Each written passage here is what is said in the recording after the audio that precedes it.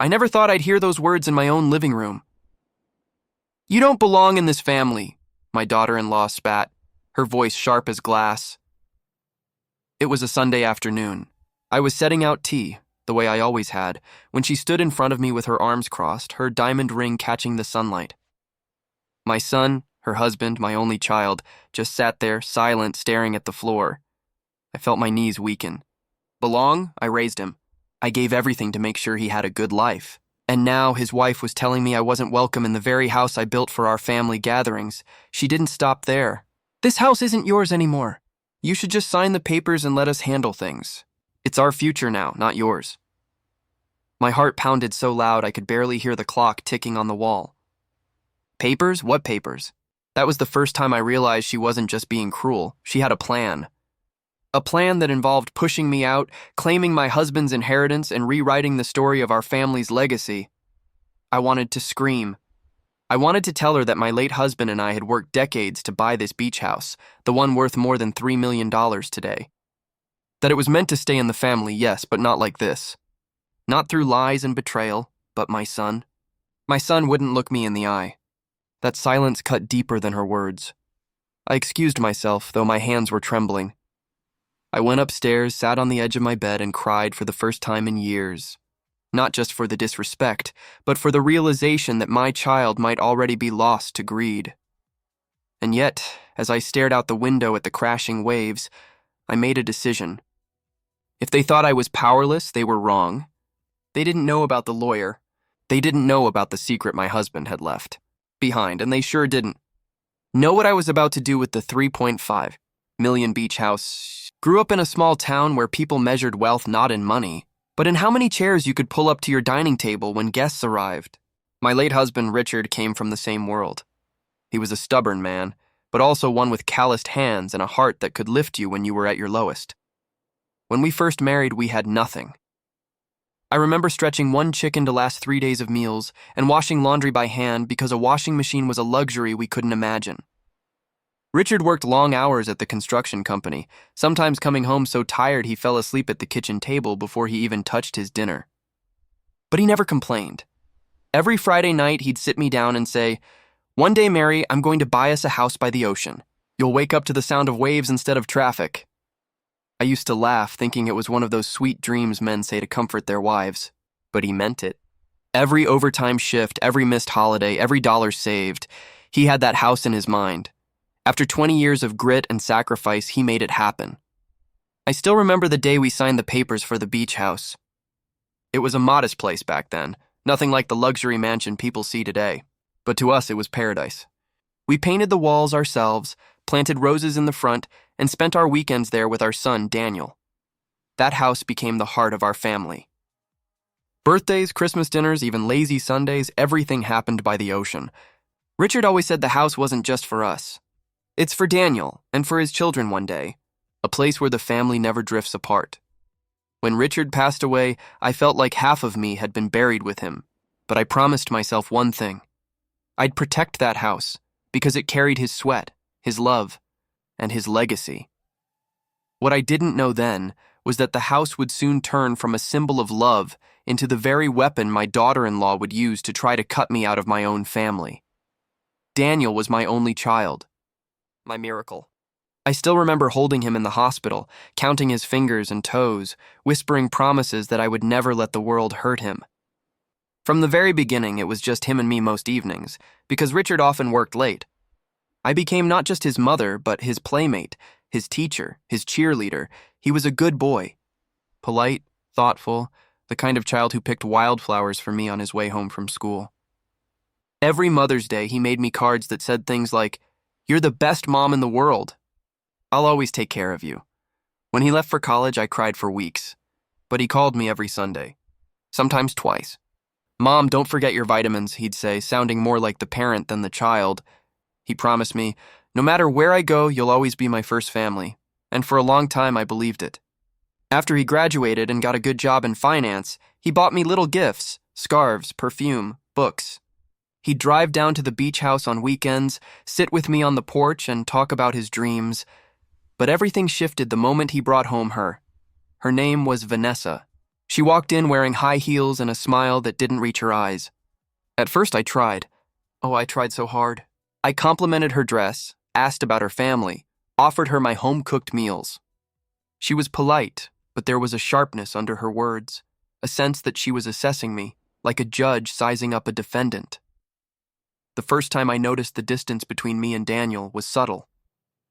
He used to hug me the second he walked in the door. That evening, he only gave me a side kiss, because Vanessa was watching. And as months went by, the closeness we had started to thin. Like an old sweater unraveling stitch by stitch. The wedding was beautiful, I'll admit that. A lavish affair, all roses and chandeliers. But even then, I felt like a guest rather than the mother of the groom. Vanessa's family took charge of everything. Decorations, guest list, even the seating arrangements. I was told where to sit, what to wear, and when to speak. Still, I swallowed my pride, thinking, as long as Daniel is happy, I'll accept it. After the wedding, things grew worse. They rarely visited the beach house. Holidays that used to be spent by the ocean were now replaced with trips to Vanessa's parents' estate. Whenever I called Daniel, it felt like he was reading from a script. We're busy this weekend, Mom, maybe next time. Then came the dinner. I had invited them over, hoping to keep some tradition alive. I cooked Daniel's favorite meal, roast chicken with rosemary, mashed potatoes, apple pie. I wanted it to feel like old times. Halfway through dinner, Vanessa pushed her plate aside and said, "This place feels so outdated. Don't you think, Daniel? Honestly, it's time we start thinking about more modern living. Apartments in the city are easier to manage." I froze. That house was not just a place. It was my life, Richard's legacy. Daniel shifted uncomfortably but said nothing. I forced a smile and asked, "Don't you enjoy the ocean view?" She smirked. "It's nice, but let's be real. Who really benefits from it now? Daniel and I have our future to think about. You should be enjoying retirement, not clinging to old memories." Her words hung in the air like poison. Retirement, clinging? As if my entire existence was a burden, and that was just the beginning. The envelope Vanessa handed me was thick, with my name written in bold letters across the front. I thought maybe it was an invitation or some family paperwork, but when I opened it, I found a stack of documents filled with legal language I could barely understand. "These are just some things we need you to sign," she said casually, sipping her wine as though she hadn't just dropped a bomb in my lap. "It'll make things easier for everyone in the long run." I scanned the pages, confused. "What is this about?" Daniel quickly cut in. "It's just estate planning, Mom. Normal stuff. Vanessa's dad recommended it. He knows a lot about property and inheritance." My stomach nodded. Something about the way they hovered, waiting for my pen, felt wrong. "I'll need time to read this properly," I said, sliding the papers back into the envelope. Vanessa's smile faltered. "Of course. But don't wait too long, okay?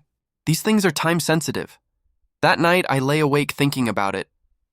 For the first time, I saw how Vanessa's influence had seeped into every corner of my son's life. She wasn't just his wife. She was his decision-maker, his voice, his shadow. Whenever Daniel called now, I could hear her in the background, correcting him, steering his words. If I suggested coming to the beach house, suddenly they had other plans. If I asked about his work, Vanessa would cut in with, "We've got that under control." It was as though Daniel was slipping through my fingers, becoming someone I barely recognized. One afternoon, I overheard them talking in the kitchen while they thought I was upstairs. Vanessa whispered, "Once everything is in our names, we can finally renovate this place or even sell it."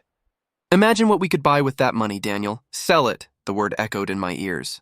She wanted to sell the house, my husband's dream, my life's work, our family's heart. I covered my mouth to stifle the gasp, my hands trembling. The next morning, I slipped the envelope into my handbag while they were distracted. My heart pounded like I was stealing from my own child, but I needed the truth. At the local library, I asked the clerk if she could help me understand legal documents. She frowned, shaking her head. "You need a lawyer for this, ma'am." So I called my old friend Margaret, who had once worked as a secretary at a law firm. She came over that evening, put on her glasses, and began flipping through the pages. With each page, her eyebrows rose higher. Finally, she set the stack down and looked at me with pity. "Mary, these papers give Daniel and Vanessa power of attorney over you. If you sign these, they'll have control over your finances, your property, everything. You'd practically hand over your life to them. The room spun around me, but Daniel said it was just estate planning. Margaret shook her head. It's estate taking, more like. Don't you dare sign this. I felt sick. My own son, my sweet boy who once promised to take care of me, was standing silently by while his wife tried to strip me of everything. That weekend, when they came back to the beach house, Vanessa casually asked over dinner, "Did you sign those papers yet?" I forced a smile. "Not yet. I'm still looking them over." She clinked her glass against Daniel's. "Well, don't take too long. Opportunities don't wait." I watched my son's face, searching for some flicker of guilt, some sign that he was uncomfortable with what she was doing, but he just kept eating, avoiding my eyes. The boy who once picked flowers for me had become a man who couldn't even look at me while planning to take away my home. Before I could even meet the lawyer, the situation exploded. One Sunday, they arrived unannounced. Vanessa strutted in like she owned the place, tossing her designer purse onto the couch. Daniel followed behind her, quiet as usual. She didn't even sit down before starting. "Mary, this has gone on long enough. You need to sign those papers. You're not getting any younger, and frankly, you don't belong in this family's future plans anymore." Her words cut like a knife. "You don't belong," I felt my chest tighten. "This is my family. My husband built this home for us, for Daniel, for me, for our future grandchildren." Vanessa rolled her eyes. "Don't be dramatic. Daniel and I are the future now. You're just holding on to the past." I turned to my son, desperate. "Daniel, is this how you feel too?" He swallowed hard, his jaw tight. But he said nothing. Nothing. The silence was louder than any betrayal. My hands shook as I gripped the edge of the table. I wanted to scream, to remind him of every sacrifice Richard and I made, of every promise he ever whispered to me as a boy. But instead, I stood tall. "If you think I'm just going to roll over and hand you everything, you're wrong." Vanessa smirked, tilting her head. "We'll see about that." The morning after Vanessa's cruel words, I drove into town with my heart pounding so hard I thought it might burst. My late husband's lawyer, Mr. Harris, still had his office in the same little brick building on Main Street. I hadn't seen him in years, not since Richard's funeral. When I walked in, he stood to greet me with the same warm, steady presence I remembered. His hair was grayer now, but his handshake was firm. "Mary, I was wondering when you'd come." That caught me off guard. "You were expecting me?" He nodded slowly and motioned for me to sit. "Richard always knew there might come a time when you'd need protection. He left very clear instructions." Tears stung my eyes before I even knew what was happening. Richard. Even from the grave, he had been thinking about me. Mr. Harris opened a large file and spread papers across the desk.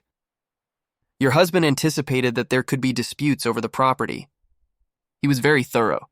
The beach house is in a trust, Mary. Not even Daniel can touch it without your consent." I blinked at him, the words taking a moment to sink in. "A trust?"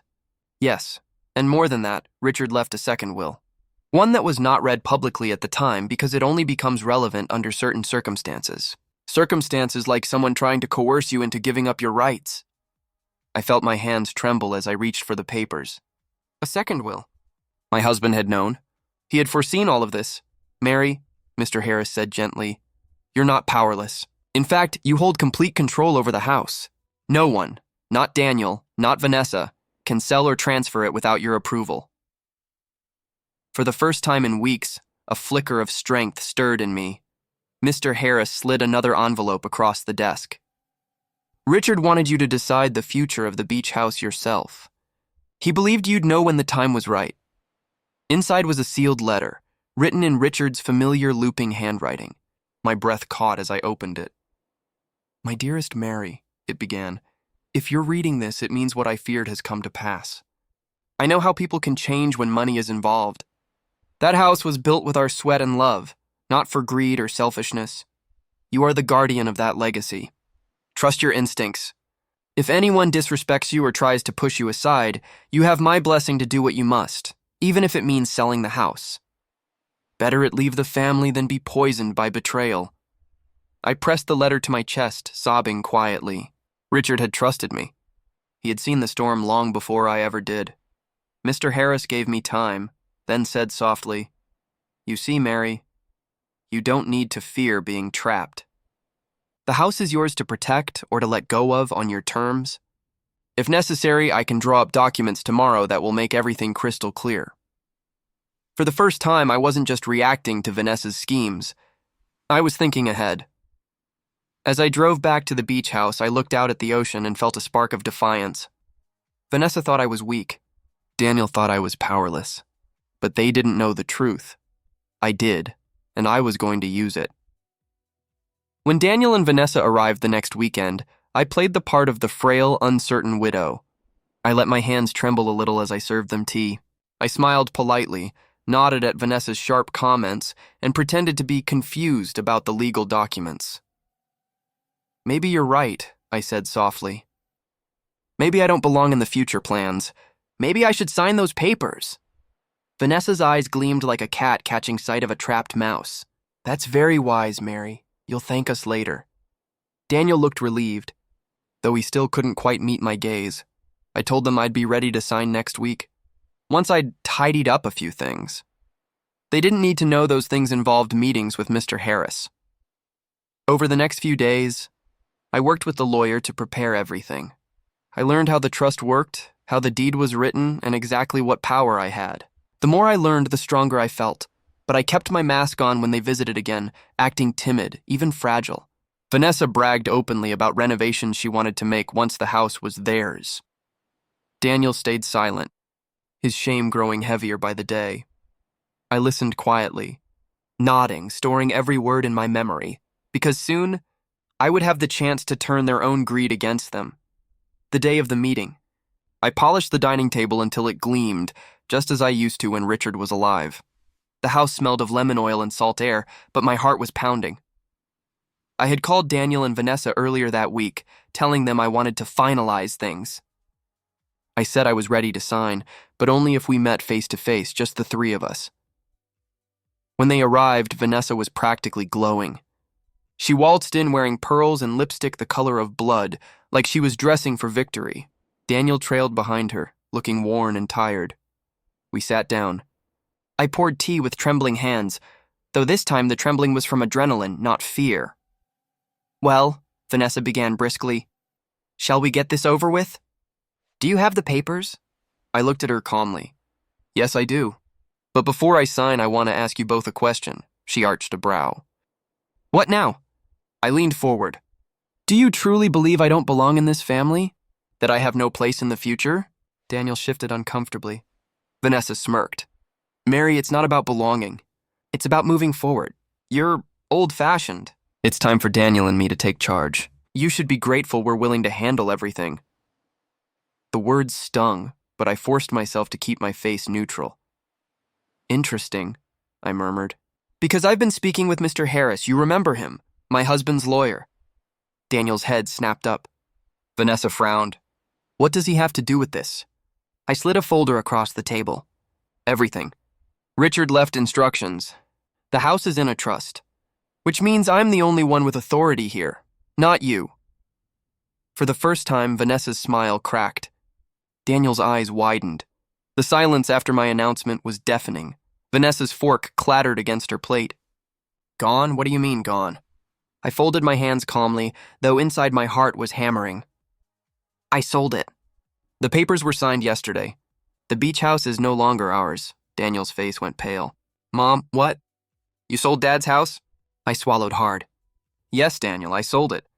Because your wife made it clear that I don't belong in this family anymore. And I'll be damned if I let her profit from something Richard and I built with our bare hands." Vanessa shot to her feet, her voice rising. "You can't do that! This house was supposed to be our future." My own voice grew sharp. "No, it was your husband's past, my present, and my choice. And I chose to protect it from greed." Daniel buried his face in his hands, groaning. "Mom, how could you? How could I?" I snapped. "How could you?" "Sitting silent while your wife disrespected me. Letting her hand me papers that would strip me of everything. Not once did you stand up for me, Daniel. Not once." For a moment, all three of us just breathed, the air thick with rage, guilt, and betrayal. Vanessa finally hissed, "Fine. If it's sold, then who bought it?" Who would even want this rundown place? I allowed myself a small, grim smile. You'll see soon enough. The sound of footsteps echoed through the hallway. Vanessa spun toward the door, her face flushed with fury, and then Margaret stepped inside, my dear friend, the one who had first warned me about those papers. She was carrying a folder and a proud smile. "Hello, Mary," she said warmly. Then she turned to Daniel and Vanessa. "I'm the new owner of this house." Vanessa's jaw dropped. "You? But you're nobody." Margaret's smile sharpened. Nobody who promised Mary she would never be alone. Nobody who respects the history of this home. That's who. Daniel looked between us, stunned. "Mom, you sold it to her." I nodded. "Yes. Margaret and I agreed she would hold the deed in her name, but I'll continue to live here as long as I wish. It's safe from you now. Safe from anyone who would treat me like I don't belong?" Vanessa's face twisted with rage. "This is outrageous. You tricked us!" I stood tall, my voice steady for the first time in weeks. "No, Vanessa. You tricked yourselves, thinking greed could win over respect, thinking silence could erase loyalty. You underestimated me, and now the $3.5 million beach house is gone from your reach forever." Daniel's shoulders slumped, his eyes wet, but it was too late. Vanessa's heels clacked furiously against the floor as she stormed out, the door slamming so hard the windows rattled. I stood frozen for a moment, listening to her car engine roar to life and peel down the road. Silence filled the house again, broken only by the sound of waves outside. Daniel stayed behind, his hands gripping the edge of the table like he might collapse. His eyes were red, though whether from anger or shame I couldn't tell. "Mom," he whispered, his voice hoarse. "Why would you do this? Why would you sell the house?" I swallowed hard, my heart aching even as I stood firm. "Because I had no choice, Daniel. You let her treat me like a burden. You stayed silent while she tried to strip me of everything your father and I built. You didn't protect me, so I had to protect myself." He flinched at my words. For a long time he said nothing. Then he buried his face in his hands and muttered, "I didn't know what to do. I thought maybe if I stayed quiet it wouldn't get worse." I reached across the table, resting my hand gently on his arm. "Silence is just another kind of betrayal, Daniel." His shoulders shook. He pulled away, pacing the room like a trapped animal. "She's going to hate me for this. She already blames me for not convincing you. What am I supposed to do now?" I wanted to hold him, to tell him everything would be all right, but I couldn't lie. "Not anymore." "That's for you to decide, Daniel." You chose her silence over my voice, and now you're the one who has to live with that choice. Before I could answer, Margaret stepped forward, placing a steady hand on my shoulder. "Mary doesn't need to fix anything, Daniel. She's safe now." Daniel blinked at her. "Safe from us? We're her family." Margaret's eyes narrowed. "Family doesn't hand their mother papers to steal her home. Family doesn't tell her she doesn't belong. If that's family, then Mary deserves better." Daniel opened his mouth, then closed it again. He had no defense. I took a deep breath, looking at my son. "Margaret bought this house not to take it away from me, but to protect me.